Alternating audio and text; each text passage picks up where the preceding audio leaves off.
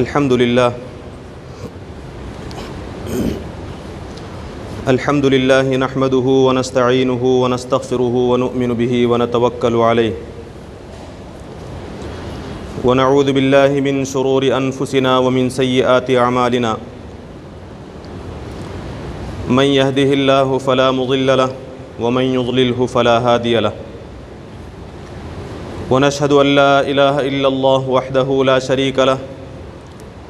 ونشهد أن سيدنا ومولانا محمدًا عبده ورسوله الذي أرسل بالحق بشيرا ونذيرا وداعيا إلى الله بإذنه وسراجا منيرا أما بعد فأعوذ بالله من الشيطان الرجيم بسم الله الرحمن الرحيم يا أيها الذين آمنوا اتقوا الله حق تقاته ولا تموتن إلا وأنتم مسلمون فإن أصدق الحديث كتاب الله وخير الهدي هدي محمد صلى الله عليه وسلم وشر الأمور محدثاتها وكل محدثة بدعة وكل بدعة ضلالة وكل ضلالة في النار رب اشرح لي صدري ويسر لي أمري واحلل عقدة من لساني يفقهوا قولي سبحانك لا علم لنا إلا ما علمتنا إنك أنت العليم الحكيم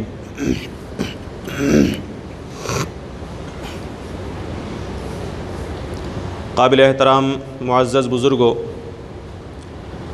محترم نوجوان دوستوں، عزیز دینی اور ایمانی بھائیوں،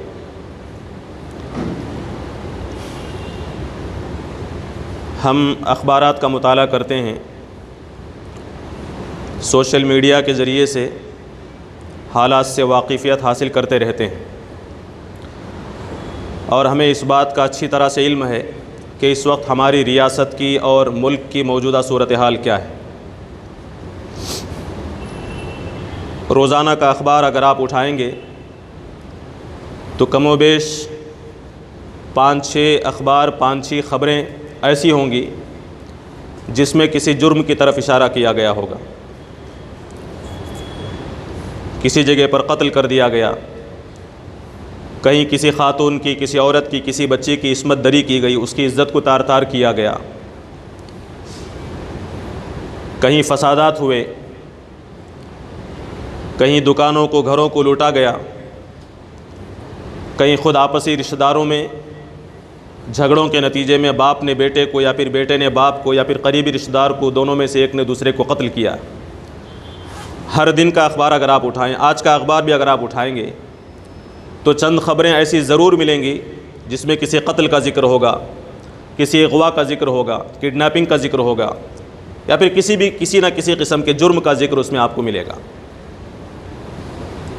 یہ برسا برس سے ہماری نگاہیں اس بات کی عادی ہو چکی ہیں، جب کوئی خبر ہم دیکھتے ہیں اس قسم کی خوفناک خبر تو اسے نظر انداز کر کے ہم آگے بڑھ جاتے ہیں۔ ہمیں معلوم ہے کہ ایک وقت ایسا تھا کہ جب شہر میں یا پھر آس پاس کے کسی علاقے میں کسی جرم کی خبر ہم سنتے تھے، کسی قتل کی خبر سنتے تھے، تو وہ قتل چونکہ غیر معمولی واقعہ ہوتا تھا، ایک حیرت انگیز واقعہ ہونے کی وجہ سے کئی دنوں تک اس پر گفتگو ہوتی تھی، وہ خبر گویا کہ ٹاک آف دا ٹاؤن ہوتی تھی، اور اس پر ساری حکومت کی مشنریز حرکت میں آ جایا کرتی تھی، اور جب تک وہ قاتل کو اور مجرم کو اس کے انجام تک، اس کے کیفر کردار تک نہیں پہنچایا جاتا، اس وقت تک سکون اور اطمینان نہیں ملتا تھا۔ لیکن آج صورتحال یہ ہے کہ روزانہ خبروں میں اپنے موبائلز کے ذریعے سے ہم 1 سے زائد 5 سے 10 اخبار، 5 سے 10 خبریں اس قسم کی سنتے ہیں، اور یہ گفتگو کے قابل تو کیا ہوتی اس قسم کی خبریں، اس پر غور و فکر تو کیا ہوتا، اس قسم کی خبروں کو ہم قابل ذکر بھی نہیں سمجھتے، اسے نظر انداز کر کے آگے بڑھ جاتے ہیں، کیونکہ تو روزانہ کا معمول ہو چکا ہے۔ قتل ہونا، ڈاکہ پڑنا، عزتوں کا لوٹنا، مال کو ہتھیا لینا، یہ خبریں، یہ نیوز ایک معمول کی بن چکی ہیں۔ زیادہ سے زیادہ یہ کہ ہم میں سے کوئی شخص بہت زیادہ حساس ہے، بہت زیادہ سنجیدہ ہے، تو اس قسم کی خبروں پر ایک ٹھنڈی آہ بھرتا ہے، افسوس کرتا ہے، پھر آگے بڑھ جاتا ہے۔ لیکن کیا کبھی ہم نے غور کیا کہ اس قسم کی واقعات کی کثرت ہماری سوسائٹی میں، ہمارے معاشرے میں کیوں ہو رہے ہیں؟ کیا ہم نے غور کیا کہ ہمارا معاشرہ ہمیشہ اسی صورتحال پر برقرار رہے گا، کہ ان حالات میں تبدیلی نہیں ہوگی؟ کس ذریعے سے ان حالات میں تبدیلی لائی جا سکتی ہے؟ یہ کیفیت ہم کیسے بدل سکتے ہیں؟ کبھی ہم نے اس پر غور کیا؟ غور کرنے کی کوشش ہم کرتے ہیں؟ ان جرائم کی، ان برائیوں کی جڑ کیا ہے اس پر کبھی ہم نے غور کیا؟ مختلف لوگ، مختلف قسم کے مفکرین، مختلف دانشوران اس پر غور کرتے ہیں، اس پر فکر کرتے ہیں، اور مختلف قسم کی وجوہات اس کے بیان کیے جاتے ہیں۔ یہ جو کرائمز ہو رہے ہیں اس کا وجہ کیا ہے، اس کا اصل سبب کیا ہے؟ مختلف قسم کی وجوہات بیان کیے جاتے ہیں۔ ایک سبب یہ بیان کیا جاتا ہے کہ ہمارے ملک میں غربت ہے، افلاس ہے، فقیری ہے، فقر و فاقہ ہے، اس کے نتیجے میں مجبور ہو کر انسان کرائمز کی طرف بڑھتا ہے۔ ایک وجہ یہ بیان کی جاتی ہے کہ حکومت کے انتظام میں ڈھیل ہے، نظم و نسق میں، ڈسپلن کے اندر کمی ہے۔ اگر ڈسپلن صحیح ہوتا، ہمارا سسٹم صحیح ہوتا تو یہ جرائم نہیں ہوتے۔ ایک وجہ یہ بیان کی جاتی ہے کہ حکومت نے ڈھیل دے رکھی ہے، مجرموں کو ڈھیل مل گئی ہے، گناہ کرنے والوں کو خوب آزادی ملی ہوئی ہے، اس ڈھیل کے نتیجے میں جرائم کی رفتار میں اضافہ ہوتا چلا جا رہا۔ اور ایک وجہ یہ بیان کی جاتی ہے کہ چونکہ جہالت ہے، لوگوں کو علم نہیں ہے، تعلیم نہ ہونے کے نتیجے میں اس قسم کے کرائمز میں اضافہ ہوتا چلا جا رہا۔ غرض جتنے منہ ہیں اور اتنی باتیں ہیں، گویا کہ ایک الجھی ہوئی ڈور ہے جس کا سرا کسی کے ہاتھ میں نہیں آتا۔ جتنے منہ اتنی باتیں ہیں، مختلف قسم کے ریزنز اور وجوہات اس کے بیان کیے جاتے ہیں، اور اگر غور کیا جائے تو یہ ساری وجوہات ہیں کرائمز کے بڑھنے میں، جرائم کے اضافے میں۔ یہ سارے اسباب کسی نہ کسی حد تک ذریعہ بن رہے ہیں۔ فقر و فاقے کی وجہ سے، جہالت کی وجہ سے، حکومت کی ڈھیل کے نتیجے میں کرائمز بڑھتے ہیں، یقینی بات ہے، لیکن یہ ساری چیزیں، یہ سارے اسباب اصل سبب نہیں ہے جرائم کا۔ اسے سمجھنے کی ضرورت ہے۔ ہم میں سے کوئی شخص بصیرت کی نگاہ سے، غور و فکر کے ساتھ اگر جاننے کی کوشش کرے تو معلوم ہوگا یہ جو اسباب ہیں، یہ جو ذرائع ہیں جرائم کے اور کرائمز کے بڑھنے کا، اصل اور حقیقی سبب نہیں۔ حقیقی سبب اور اصل سبب کچھ اور ہے۔ آپ غور کر کے دیکھیں، اگر غربت اصل ریزن ہوتا جرائم کا، کرائمز کا، ناخواندگی، جہالت، حکومت کی نظم و نسق کا ڈھیلا ہونا، یہ اگر اسباب ہوتے جرائم اور کرائمز کے بڑھنے میں، تو پھر وہ ممالک، وہ کنٹریز جس کا ڈسپلن بہت زبردست ہے، جس کا نظم و ضبط پوری دنیا کے اندر مثالی ہے، جہاں کی حکومت بہت مضبوط ہے، جہاں تعلیم یافتہ افراد پائے جاتے ہیں، جہاں جہالت نام کی کوئی چیز نہیں ہے، ایسی بستیاں، ایسی کنٹریز تو فرشتوں کی بستیاں بن جانا چاہیے۔ بڑے بڑے ممالک میں آپ دیکھیں، خصوصیت کے ساتھ اس وقت جو سب سے بڑا علم بردار تہذیب کا، علم کا جو گہوارہ جسے کہا جاتا ہے، اور سب سے زیادہ ترقی یافتہ ملک جسے کہا جاتا ہے، جس کی فہرست میں جس کا نام آتا ہے، اس میں ایک امریکہ ہے۔ وہاں آپ دیکھیں دولت کی ریل پیل ہے، جہالت کم ہے، اور وہاں جو پولیس کا عملہ ہے، پولیس کا جو ڈپارٹمنٹ ہے، وہاں جو حکومت کے محکمے اور ادارے ہیں، اتنے مضبوط ہیں کہ دنیا کے اندر ایک کئی سو سال تک بھی اس حد تک پہنچنا مشکل ہے۔ ایسے ممالک میں آپ دیکھیں، کچھ نمونے آج آپ اخبار میں آپ دیکھیں گے یا پھر تلاش کریں گے، سرچ کریں گے تو معلوم ہوگا۔ اس 2019 کے اندر، پچھلے سال میں امریکہ کے اندر جو قتل ہوئے ہیں، جو مرڈرز ہوئے ہیں، 16,425 کیسز مرڈرز کے ہوئے ہیں۔ کیا وہاں جہالت ہے، ناخواندگی ہے، غربت اور افلاس ہے؟ لوگ تو دنیا بھر سے سفر کر کے وہاں مال حاصل کرنے کے لیے جاتے ہیں، وہاں تعلیم حاصل کرنے کے لیے جاتے ہیں، اور سیکسول ہراسمنٹس کے جو کیسز ہیں، جنسی زیادتی کے کیسز 2019 کے اندر 98,000، تقریباً 1,98,213 کیسز سیکسول ہراسمنٹس کے۔ کس وجہ سے؟ غربت کی وجہ سے، یا پھر حکومت کمزور ہے، پولیس کا محکمہ کمزور ہے اس وجہ سے؟ اور عصمت دری کے جو واقعات ہوئے ہیں، ریپ کیسز جسے کہا جاتا ہے، جس میں عورتوں کی عزت کو لوٹا گیا، تار تار کیا گیا، 11,283۔ یہ صرف ایک سال کی رپورٹ آپ کے سامنے آئے، 11,283، 11,283 کیسز جس میں عورتوں کی عزت کو تباہ و برباد کیا گیا۔ آپ غور کر کے دیکھیں، اگر افلاس اور غربت اس کا سبب ہوتی تو امریکہ کے اندر یہ ڈاٹا امریکہ کا کیوں آ رہا ہے؟ اتنے مہذب اور ترقی یافتہ ملک کے اندر، جہاں دولت کی ریل پیل ہے، لوگ مال و دولت کے حصول کے لیے وہاں جاتے ہیں، اور تعلیم حاصل کرنے کے لیے وہاں جا کر تعلیم حاصل کر کے اس پر فخر کرتے ہیں، اور جہاں کی پولیس، جہاں کا محکمہ، پولیس کا ڈپارٹمنٹ ہمارے مقابلے میں، ہندوستان کے مقابلے میں 1000 گنا زیادہ چوکس ہے، زیادہ فعال ہے، زیادہ ایکٹیو ہے، اور جاسوسی کا ایسے ایسے طریقے، ایسے ایسے آلات اور ایسے ایسے وسائل انہوں نے اختیار کیے ہیں کہ دنیا کے دوسرے ملک کو ایسے وسائل اور ذرائع میسر نہیں ہیں۔ اتنی ترقی کے باوجود کیا وجہ ہے کہ یہ کہا جا سکتا ہے کہ مرض بڑھتا گیا جوں جوں دوا کی علاج کرنے کی کوشش ہو رہی ہے، کرائمز کم نہیں ہو رہے ہیں۔ جو ممالک آج ترقی یافتہ کہلاتے ہیں، ڈیولپڈ کنٹریز کہلاتے ہیں، جنہوں نے جہالت، غربت اور افلاس کا بیج مار ڈالنے کا دعویٰ کیا، جن کے سیاسی مقام جو ہے گویا کہ اس میں کسی قسم کا زوال نہیں آتا، اتنے ہموار ہیں ان کی سیاسی زندگی، محکمے اتنے مضبوط ہیں، لیکن اس کے باوجود انہوں نے آسمانوں پر کمندیں ڈال رکھی ہیں، چاند پر پہنچ گئے ہیں، ہر گھر کے اندر تعلیم کی روشنی عام ہو چکی ہے، جہالت نہیں ہے۔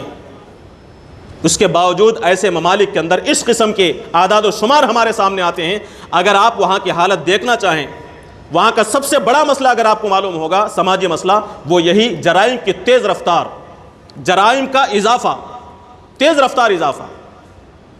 آپ سالانہ ڈیٹا اگر آپ اٹھا کر دیکھیں گے، سالانہ اعداد و شمار اور رپورٹس آپ دیکھیں گے، تو آپ یہ کہنے پر مجبور ہو جائیں گے کہ وہاں انسان نہیں ہے بلکہ جنگلی درندے بستے ہیں۔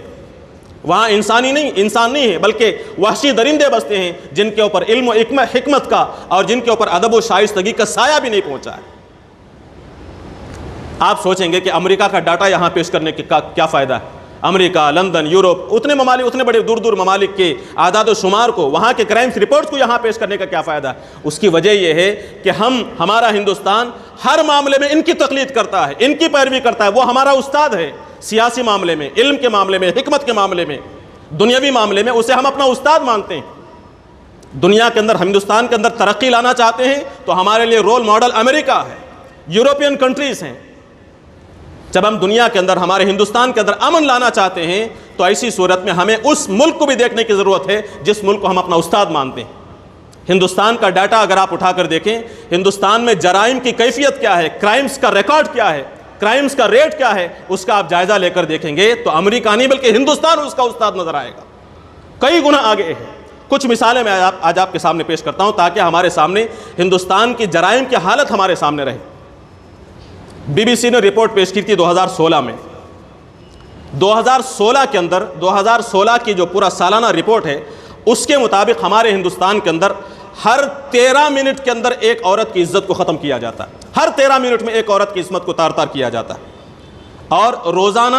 6 کیسز اجتماعی عصمت دری کے، جسے گینگ ریپ کہا جاتا ہے۔ بعض الفاظ ایسے ہیں یہاں اس مقام پر کھڑے ہو کر بولنے میں شرم محسوس ہوتی ہے، لیکن ایسے معاشرے میں ہیں، ایسے معاشرے کی کیفیت ہے جس کیفیت کا اظہار کرتے ہوئے ہمیں شرم محسوس ہوتی ہے۔ 6 کیسز اجتماعی عصمت دری کے روزانہ ہوتے ہیں،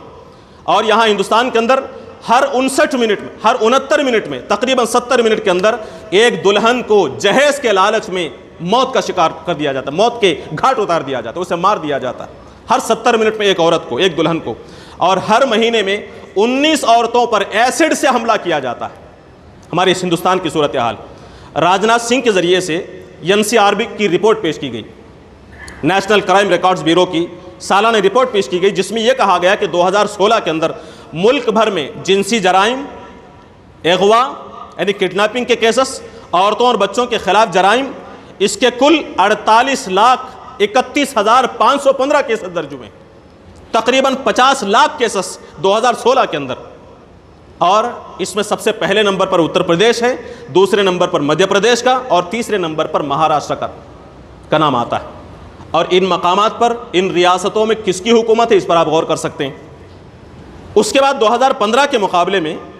اس رپورٹ کے اندر راجناتھ سنگھ نے یہ بات پیش کی کہ 2015 کے مقابلے میں 2016 میں فسادات میں 5% کی کمی ہوئی، لوٹ مار میں 12% کی کمی ہوئی، اور اغوا کڈنیپنگ کے معاملے میں 6% کی کمی آئی، لیکن خواتین کے خلاف جو جرائم ہوئے ہیں اس میں 3% کا اضافہ ہوا۔ خواتین کے خلاف جرائم میں 3% کا اضافہ ہوا،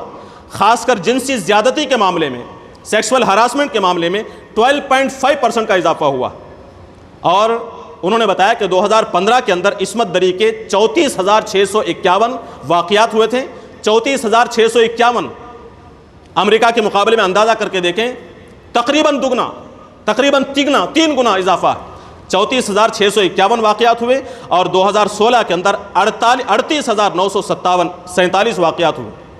گویا کہ اس میں 2015 کے مقابلے میں 2016 میں اضافہ ہوا۔ NCRB کی تازہ رپورٹ جو 2019 میں پیش ہوئی، 2019 کے اندر 28,918 قتل کے کیسز ہوئے ہیں، 28,000 قتل کے کیسز، یعنی روزانہ 70 پر 9 قتل ہمارے ہندوستان کے اندر ہوتے، روزانہ 79 مرڈرز. اور امریکہ کے مقابلے میں یہ جو تعداد ہے مرڈرز کی تعداد، یہ تقریباً دگنی. اغوا اور کڈنیپنگ کا معاملہ ہے 1,05,037. اور اسی طرح انڈیا ٹوڈے نے یہ رپورٹ پیش کی تھی کہ اجتماعی عصمت دری، گینگ ریپ کے جو کیسز ہیں، اس میں ہمارے ہندوستان کے اندر 2019 میں 32,033 کیسز ہوئے ہیں، گویا کہ روزانہ 80 پر 8 کیسز، 88 اجتماعی عصمت دری عورتوں کی ہوئی. آپ غور کر کے دیکھیں، آپ نے یہ غور کیا ہوگا کہ امریکہ کی بات کیوں پیش کی گئی.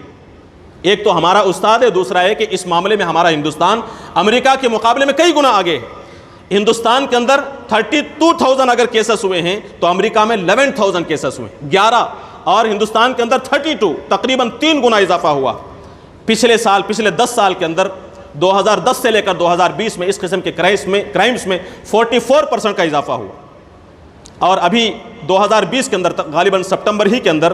راجیہ سبھا میں کشن ریڈی نے جو رپورٹ پیش کی 2014 سے 2018 کی، اس کی رپورٹ کے مطابق انہوں نے یہ کہا تھا کہ اس دوران 80 پر 2,575 کیسز درج ہوئے، اور انہوں نے بتایا کہ سب سے زیادہ کرائمز کی اطلاع اتر پردیش سے ملی سب سے زیادہ، اور دوسرے نمبر پر کرناٹک سے ملی ہے، ہماری اس ریاست سے دوسرے نمبر پر. 2014 سے 2018 کے کرائمز میں دوسرے نمبر پر ہمارا ہندوستان. ان تمام چیزوں میں غور کریں، آپ تلاش کریں جرائم کی کیفیت کیا ہے. خاص کر خواتین کے خلاف جرائم میں بہت بری حالت ہمارے ہندوستان کی ہے. آپ ذرا گوگل میں ٹائپ کر کے دیکھیں اور یہ معلوم کریں کہ most dangerous country for women in the world 2018 کی لسٹ اگر آپ اٹھائیں، پوری دنیا کے اندر سب سے خطرناک ملک کون سا ہے عورت کے لیے، تو آپ کو ہندوستان میں اس کا سب سے پہلا نمبر آئے گا، انڈیا نمبر 1 آپ کو نظر آئے گا. یہ کیفیت ہمارے ہندوستان کی ہے. آپ غور کر کے دیکھیں، ہمارا ہندوستان بھی دوسرے ممالک کے مقابلے میں ترقی یافتہ ملک میں شمار ہوتا ہے، ترقی پذیر ملک میں شمار ہوتا ہے. لیکن یہ جو اس جرائم کے معاملے میں ہندوستان کی جو کیفیت ہے، اس کا کیا کہا جائے. اگر جہالت اگر اس کی وجہ ہے، اگر غربت و افلاس اس کی وجہ ہے، اور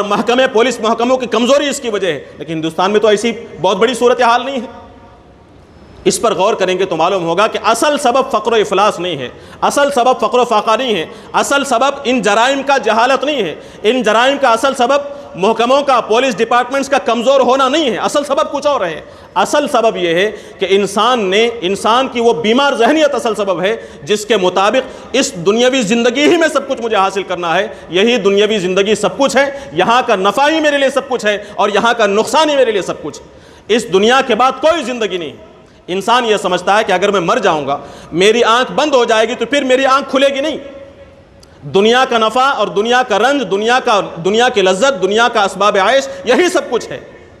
لہٰذا جب تک میں اس دنیا میں رہوں مجھے خوب لذت حاصل کرنی ہے، جب تک دنیا میں رہوں خوب عیش و عشرت کرنی ہے. اگر دنیا میں رہ کر میں نے زیادہ سے زیادہ دولت نہیں کمائی، زیادہ سے زیادہ لذت حاصل نہیں کی، زیادہ سے زیادہ عیش و عشرت حاصل نہیں کی، تو اس کا مطلب یہ ہے کہ اپنی پوری عمر میں نے برباد کر دی، میں محروم ہو گیا.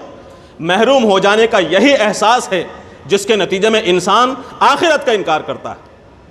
جس کے نتیجے میں انسان آخرت کے دلائل کا انکار کرتا ہے. وہ یہ سمجھتا ہے کہ اس موت کے بعد کوئی اخروی زندگی نہیں. موت کو سمجھائے غافل اختتام زندگی. ہم یہ سمجھتے ہیں کہ موت ہماری زندگی کا اختتام ہے، موت آنے کے بعد پھر ہماری آنکھ کبھی کھلنے والی نہیں. خاص کر مجرمین وہ یہ سمجھتے ہیں کہ اس دنیا میں مرنے کے بعد پھر دوبارہ مجھے آنکھیں نہیں کھولنا ہے، ہمیشہ کے لیے میرا خاتمہ ہے.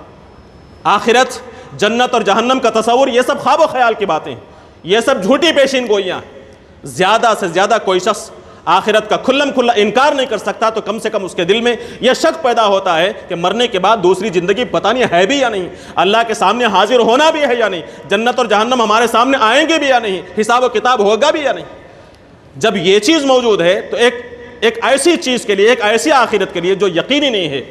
غیر یقینی چیز کے لیے میں میرے سامنے موجود رہنے والی عیش و عشرت سے کیوں خود کو محروم کروں. لہٰذا خوب عیش کریں گے، خوب لذت اٹھائیں گے. بابر بعیش کوش کہ عالم دوبارہ نیست. بابر خوب عیش کرو، دوسری زندگی نہیں ہے۔ یہ تصور جب انسان کے دل و دماغ میں آتا ہے کہ مجھے دنیا ہی میں سب کچھ حاصل کرنا ہے، دنیا کی لذت ہی اصل ہے، دنیا کا رنج ہی اصل ہے، لہٰذا دنیا کے رنج سے بچنے کے لیے، دنیا کے غم سے بچنے کے لیے، دنیا کی لذت حاصل کرنے کے لیے اس کے دماغ کے اندر جرم کا بیج اس کے دماغ میں پیدا ہو جاتا ہے۔ پھر وہ اپنے آپ کو اس مقام پر کھڑا کر لیتا ہے کہ دنیا کی لذت حاصل کرنے کے لیے میں کچھ بھی کر سکتا ہوں، کس حد تک چاہوں میں جا سکوں۔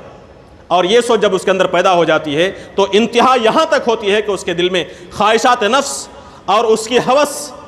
اسے ہر قسم کی تدبیر کو توڑنے پر آمادہ کرتی ہے، اور بد سے بدترین راستہ بھی اختیار کرنے سے وہ شرمتا نہیں۔ چنانچہ یہ کیفیت پیدا ہوتی ہے، دنیا کے اندر لذت حاصل کرنا، دنیا کے بعد کوئی زندگی نہیں ہے، اس دنیا میں محروم رہ گیا تو ہمیشہ کے لیے محروم رہ گیا، لہٰذا میں دنیا سے محروم نہیں رہوں گا، زیادہ سے زیادہ دولت حاصل کروں گا چاہے ساری انسانیت کو قتل کرنا پڑے، زیادہ سے زیادہ لذت حاصل کروں گا چاہے ساری ماں بہنوں کی عزت کو تار تار کرنا پڑے، مجھے دنیا کے اندر خوش رہنا۔ یہ سوچ، اور جب تک یہ سوچ ختم نہیں ہوگی، یہ سوچ یہ فکر انسان کی جب تک ختم نہیں ہوگی، دنیا سے جرائم کا خاتمہ نہیں ہو سکتا، بلکہ جرائم میں اضافہ ہوتا چلا جائے گا۔ آپ غور کر کے دیکھیں، کرائمز کو اور جرائم کو ختم کرنے کے لیے کتنی کوششیں انسانوں نے نہیں کی، کتنی کوششیں انسانوں نے نہیں کی۔ آپ غور کر کے دیکھیں، معلوم ہوگا جرائم کو ختم کرنے کے لیے، کرائمز کے ریٹ کو کم کرنے کے لیے، کرائمز کو ختم کرنے کے لیے جو قوانین بنائے جاتے ہیں وہ انسانوں کی طرف سے بنائے جاتے ہیں۔ انسان اپنے ذہن سے، اپنے دماغ سے قوانین بناتا ہے، اور مجرمین اپنے ذہن سے، وہ بھی تو انسان ہیں، قانون بنانے والے بھی انسان اور جرم کرنے والے بھی انسان۔ جب انسان قانون بناتا ہے، نت نئے قانون اور تدبیر اختیار کرتا ہے، تو مجرمین اس قانون کو توڑنے کی شکلیں پیدا کرتے ہیں۔ جتنے بھی آپ قوانین بنائیں، ان قوانین کو توڑنے کی تدابیر اختیار کی جاتی ہیں اور ان قوانین کو توڑا جاتا ہے۔ آپ نئے نئے قوانین بنائیں گے اور یہ مجرمین ان قوانین کو توڑنے کے الگ الگ طریقے اختیار کرتے چلے جائیں گے، لہٰذا قانون کا آگے بڑھنا اور مجرم کا آگے بڑھنا دونوں ایک ساتھ ہوتا چلا جاتا ہے۔ آپ قانون بناتے جائیں اور مجرم اس قانون کو توڑتے چلے جائیں گے، جرم ختم نہیں ہوگا اور قوانین کا بننا ختم نہیں ہوگا۔ اصل وجہ ان جرائم کو ختم کرنے کا اصل ذریعہ اگر کوئی ہے، وہ صرف اور صرف یہ ہے کہ انسان کے دل میں یہ احساس پیدا کیا جائے کہ دنیا کی زندگی آخری نہیں ہے، یہ دنیا کی زندگی تمہارا مکمل خاتمہ نہیں ہے، بلکہ اس دنیا کی زندگی کے بعد بھی ایک دوسری زندگی اور وہ اصل زندگی ہے۔ تمہاری آنکھیں بند ہوں گی تو ہمیشہ کے لیے بند نہیں ہوں گی، اس کے بعد تمہاری آنکھیں کھلنے والی ہیں۔ تم جو یہ سمجھ رہے ہو کہ موت کو سمجھائے غافل اختتام زندگی، ہم اس زندگی کو اختتام زندگی سمجھ رہے ہیں، یہ اختتام زندگی نہیں بلکہ ہمیشہ کی زندگی کا آغاز ہے۔ ہم موت کو سمجھتے ہیں اپنی زندگی کا آخری پوائنٹ ہے، لیکن اسلام یہ کہتا ہے کہ موت اس عارضی، اس ٹیمپرری زندگی کا آخری پوائنٹ ہے۔ یہ ہے شام زندگی، صبح دوام زندگی۔ شاعر نے کتنی اچھی بات کہی ہے، یہ جو موت ہے یہ اس دنیا کی عارضی زندگی کی شام ہے، لیکن حقیقت میں ہمیشہ کی دائمی زندگی کی صبح ہو رہی ہے۔ جیسے تم اس دنیا سے جاؤ گے تمہاری آنکھیں بند ہوں گی، گویا کہ تمہاری اگلی زندگی کا آغاز ہوا، وہ اصل زندگی ہے، یہ اصل زندگی نہیں۔ اور اس زندگی کے لیے تمہیں اس دنیاوی زندگی میں تیاری کرنا، یہاں کی زندگی کو، یہاں کے رنج کو ہمیشہ کا رنج نہ سمجھو، یہاں کی لذت کو ہمیشہ کی لذت نہ سمجھو، یہاں کی زندگی کے منافع کو، فوائد کو، یہاں کے نقصانات کو سب کچھ نہ سمجھو۔ اصل نفع، اصل لذت، اصل آرام، اصل راحت آخرت کی راحت ہے، اصل آخرت کی لذت ہے، اصل نقصان آخرت کا نقصان ہے۔ اس نقصان سے بچنے کے لیے اس دنیاوی زندگی کو ذریعہ بناؤ، اس دنیا کے اندر آخرت کی تیاری کرنے کی کوشش کرو۔ یہ احساس پیدا کیا جائے، آخرت کا خوف، آخرت کا عقیدہ انسان کے دل میں جب تک پیدا نہیں ہوتا، جرائم کم نہیں ہو سکتے۔ وہیں اللہ تبارک و تعالیٰ کا خوف انسان کے دل میں پیدا کیا جائے، خدا کا خوف، اللہ تعالیٰ کا ڈر اور آخرت میں حساب و کتاب کا احساس جب انسان کے دل کے اندر پیدا ہوگا تو انسان جنگل کی تنہائی میں بھی، رات کی تاریکی میں بھی گناہ سے بچے گا، اسے دوسرے لوگوں کو دیکھنے کی ضرورت نہیں۔ ہم اپنا جائزہ لے کر دیکھیں، ہم سے جب کوئی غلطی سرزد ہوتی ہے، گناہ سرزد ہوتا ہے، تو اس کی اصل وجہ یہ ہے کہ ہمارے دل میں خدا کا خوف نہیں، ہم نے اپنے دل میں اللہ تبارک و تعالیٰ کا پہرا نہیں بٹھا رکھا ہے۔ دل میں خدا کا پہرا بٹھایا جائے، خدا کا خوف بٹھایا جائے۔ خدا کا خوف جب دل میں نہیں ہوگا، ہم لوگوں کے درمیان میں رہتے ہوئے بھی ہمیں یہ احساس ہونا چاہیے کہ اللہ تبارک و تعالیٰ کے کیمرے لگے ہوئے، ہم سگنل توڑتے ہیں کس مقام پر؟ جہاں ٹریفک پولیس نہ ہو، آرام کے ساتھ ہم سگنل توڑ کے آگے بڑھ جاتے ہیں، لیکن جہاں پر کیمرے لگے ہوئے ہوں وہاں ہم ایسے متقی بن جاتے ہیں جیسے کبھی ہم نے سگنل توڑا ہی نہیں، بہت متقی بن جاتے ہیں۔ کیوں؟ اس لیے کہ احساس ہے کہ ہمیں کوئی دیکھ رہا ہے، ہماری حرکت ریکارڈ ہو رہی ہے۔ جب یہ احساس پایا جائے کہ اللہ تبارک و تعالیٰ کی طرف سے ہمارا ایک ایک عمل ریکارڈ ہو رہا ہے، تو ہم دوستوں کی مجلس میں رہتے ہوئے، ہوٹل میں چائے کے لیے جاتے ہوئے، بازار میں گزرتے ہوئے، چاہے ہمارے ساتھیوں نے نہ دیکھا ہو، لیکن ہماری چور نگاہوں نے جس گندی چیز کو دیکھا ہے، اللہ تبارک و تعالیٰ نے اسے دیکھ لیا، یہاں کے کیمرے نے ریکارڈ کر لیا۔ ہماری چور نگاہیں کن چیزوں کو دیکھتی ہیں، ہمارے ساتھی شاید اسے محسوس نہ کر سکیں، لیکن اللہ تبارک و تعالیٰ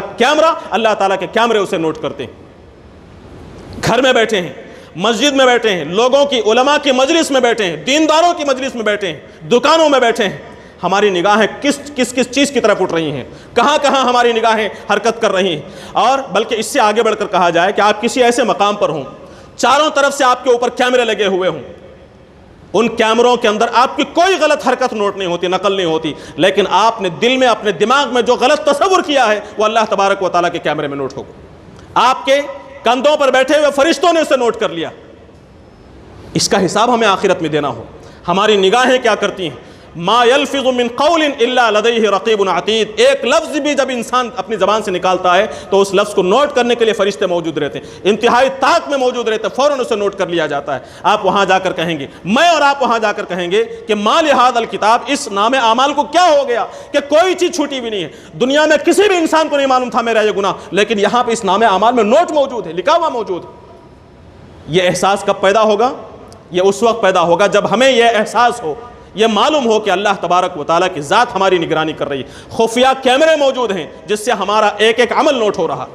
اللہ کے نبی صلی اللہ علیہ وسلم کی زندگی کا، آپ کے حالات کا جائزہ لے کر دیکھیں تو آپ کو معلوم ہوگا، عرب جس معاشرے میں اللہ کے نبی صلی اللہ علیہ وسلم کا مبعوث کیا گیا، جس معاشرے میں آپ صلی اللہ علیہ وسلم کو بھیجا گیا، وہاں بھی قتل و غارت گری ہوتی، وہاں قتل کرنا، قافلوں کو لوٹنا جوان مردی اور بہادری کے علامت سمجھا جاتا تھا۔ انسان کی جان گھر سے باہر بھی محفوظ نہیں، اس کی عزت گھر کے اندر محفوظ نہیں۔ آپ اندازہ کر کے دیکھیں، ایک ایسا معاشرہ جہاں اپنی پیاری سی معصوم بیٹیوں کو زندہ دفن کر دیا جاتا ہو، وہاں دشمنوں کے ساتھ کیا سلوک کیا جاتا ہوگا۔ ایسے معاشرے میں، ایسے ماحول میں اللہ کے نبی صلی اللہ علیہ وسلم ایک پیشین گوئی کرتے ہیں، ایک خوشخبری دیتے ہیں اور فرماتے ہیں کہ ایک وقت ایسا آنے والا ہے کہ حیرہ سے مکہ تک ایک عورت تنہا سفر کرے گی اور اسے اللہ کے سوا کسی کا خوف نہیں ہوگا۔ ایسے معاشرے میں جہاں عورتوں کی عزت کو لوٹنا، زنا کرنا، فحاشی اور عریانیت کا مظاہرہ کرنا جوانی کا ایک معمولی فعل سمجھا جاتا ہے، ایسے معاشرے میں، ایسے ماحول میں اللہ کے نبی صلی اللہ علیہ وسلم نے فرمایا ایک وقت آئے گا تم دیکھو گے، اور صحابہ فرماتے ہیں کہ ہم نے دیکھا ایسی عورت کو کہ وہ حیرہ سے اس نے مکے تک سفر کیا، کعبۃ اللہ کا طواف کیا اس نے، اور خدا کے سوا کسی کا خوف اسے نہیں تھا۔ یہ کیسے ہوا؟ اللہ کے نبی صلی اللہ علیہ وسلم نے یہ جو انقلاب پیدا کیا، کوئی پولیس ڈپارٹمنٹس نہیں تھے آپ صلی اللہ علیہ وسلم کے پاس، آج کی طرح عدالتیں نہیں تھیں، تفتیش کا، جاسوسی کا سسٹم آج کی طرح نہیں تھا، بہت ہی جاہلیت کا زمانہ، جہالت کا زمانہ، تعلیم کا دور نہیں تھا۔ ایسے موقع پر اللہ کے نبی صلی اللہ علیہ وسلم نے یہ جو انقلاب برپا کیا، انقلاب پیدا کیا، وہ صرف اور صرف اس وجہ سے کہ آپ صلی اللہ علیہ وسلم نے انسان کے دلوں میں خدا کا خوف پیدا کیا، لوگوں کے دلوں میں آخرت کی جواب دہی کا احساس پیدا کیا، بچے کے دل و دماغ میں یہ بات پیدا کی کہ مجھے آخرت میں اللہ تبارک و تعالیٰ کے سامنے حاضر ہونا۔ یہ جذبہ جب پیدا ہوا تو آپ دیکھیں گے، جائزہ لے کر دیکھیں گے تو اس معاشرے میں جہاں زنا ایک معمولی کام تھا، زنا کا جو ریٹ ہے، کرائم ریٹ ہے، وہ گھٹتے گھٹتے صفر تک پہنچ گیا، زیرو تک پہنچ گیا۔ یہ اصل ریزن ہے، اصل سبب ہے۔ آپ غور کر کے دیکھیں، جہالت وہاں نہیں، جہالت وہاں موجود ہے، یونیورسٹیاں نہیں، بڑی بڑی عدالتیں نہیں، پولیس کا محکمہ مضبوط نہیں، لیکن اس کے باوجود کرائم ریٹس گھٹتے گھٹتے صفر تک پہنچتا ہے، زیرو تک پہنچتا ہے۔ آج ہمارے پاس تعلیم ہے، ہم آسمانوں کا سفر کر رہے ہیں، آسمانوں میں اڑان بھر رہے ہیں، ترقی یافتہ ممالک میں ہمارا شمار ہوتا ہے یا پھر ترقی پذیر ممالک میں ہمارا شمار ہوتا ہے، لیکن کرائمز اور جرائم کی رفتار بڑھتے بڑھتے اتنی تیزی کے ساتھ بڑھ رہی ہے کہ انسان کے قابو میں نہیں آ پا رہی۔ حالانکہ قوانین ہمارے پاس ہیں، پولیس ڈپارٹمنٹ ہمارے پاس ہیں، وحشیانہ سزائیں ہمارے پاس ہیں۔ فرق صرف اس بات کا ہے کہ اس موقع پر یہ ساری چیزیں نہیں تھی، خوف خدا تھا۔ آج یہ ساری چیزیں موجود ہیں، خوف خدا نہیں۔ خوف خدا اگر ہوگا، آخرت کی جواب دہی کا احساس ہوگا، یہ کرائمز، یہ جرائم، اس کے اندر اس کے اضافے میں کمی ہو سکتی ہے، جرائم کا خاتمہ ہو سکتا ہے۔ اس میں ہماری کیا ذمہ داری ہے، اس پر غور و فکر کرنے کی، انشاءاللہ آئندہ اس پر انشاءاللہ روشنی ڈالنے کی کوشش کی جائے گی۔ ہم میں سے ہر فرد کی یہ ذمہ داری ہے کہ ہم خود اپنے دل میں اللہ تبارک و تعالیٰ کا خوف پیدا کریں، خوف خدا کا احساس ہمارے دل میں ہو، مرنے کے بعد دوبارہ زندگی کے موجود ہونے کا، جنت اور جہنم کا احساس ہمارے دل میں ہو، تب کہیں جا کر ہم میں سے ہر فرد گناہوں سے بچ سکتا ہے اور آخرت سے، آخرت میں گناہوں سے بچنے ہی کے بارے میں سوال نہیں ہوگا، بلکہ تم نے اپنے معاشرے کو، اپنے سماج کو، اپنی سوسائٹی کو گندگی سے، فحاشی سے، جرائم سے روکنے کی کیا کوششیں کی، کیا تدبیریں تم نے اختیار کی، اس کا بھی حساب ہوگا۔ تو ہم یہ سوچنے کی کوشش کریں کہ وہ کیا ذرائع ہیں، وہ کیا اسباب ہیں جس کے ذریعے سے ہم اپنے آپ کو بھی جرائم سے، کرائم سے بچا سکتے ہیں اور اپنی سوسائٹی کو بھی جرائم اور کرائم سے بچا سکتے ہیں۔ اللہ تعالیٰ سے دعا ہے کہ اللہ تبارک و تعالیٰ ان باتوں کو سمجھنے کی توفیق نصیب فرمائے، ہمارے دلوں میں آخرت کا عقیدہ انتہائی راسخ اور انتہائی مضبوط بنائے، اللہ تبارک و تعالیٰ کا خوف ہمارے دلوں میں پیدا کرے۔ اللہ تبارک و تعالیٰ نے قرآن میں جیسا کہ فرمایا، اے ایمان والو اتقوا اللہ، اللہ تعالیٰ کا تقوی اختیار کرو، حق تقاتہ، ایسے اختیار کرو کہ تقوی کا حق ادا ہو جائے۔ تقوی کا حق ادا ہونے کا مطلب یہ کہ اللہ کی اطاعت کی جائے، اللہ کی نافرمانی نہ کی جائے، اللہ تعالیٰ کے راستے پر آگے بڑھنے کی کوشش کی جائے، اس کا شکر ادا کیا جائے، اس کی ناشکری نہ کی جائے، اور ہمیشہ لوگوں کے درمیان میں رہے تب بھی اور تنہائی میں رہے تب بھی، دن کے اجالے میں ہو یا پھر رات کی تاریکی میں ہو، لوگ ہمیں دیکھ رہے ہوں یا نہ دیکھ رہے ہوں، یہ احساس ہمارے دل میں ہو کہ اللہ تبارک و تعالیٰ ہمیں دیکھ رہا ہے، ہمیشہ اللہ تعالیٰ کو یاد رکھا جائے، اللہ تعالیٰ کو کبھی نہ بھولا جائے۔ یہ ہے اصل تقوی۔ اس تقوی کو اختیار کرنے کے اللہ تبارک و تعالیٰ ہمیں توفیق نصیب فرمائے۔ ربنا آتنا فی الدنیا حسنۃ وفی الآخرۃ حسنۃ وقنا عذاب النار۔ بارک اللہ لنا ولکم فی القرآن العظیم ونفعنا وإياكم بالآيات والذكر الحكيم إنه تعالى جواد كريم ملك بر رؤوف رحيم۔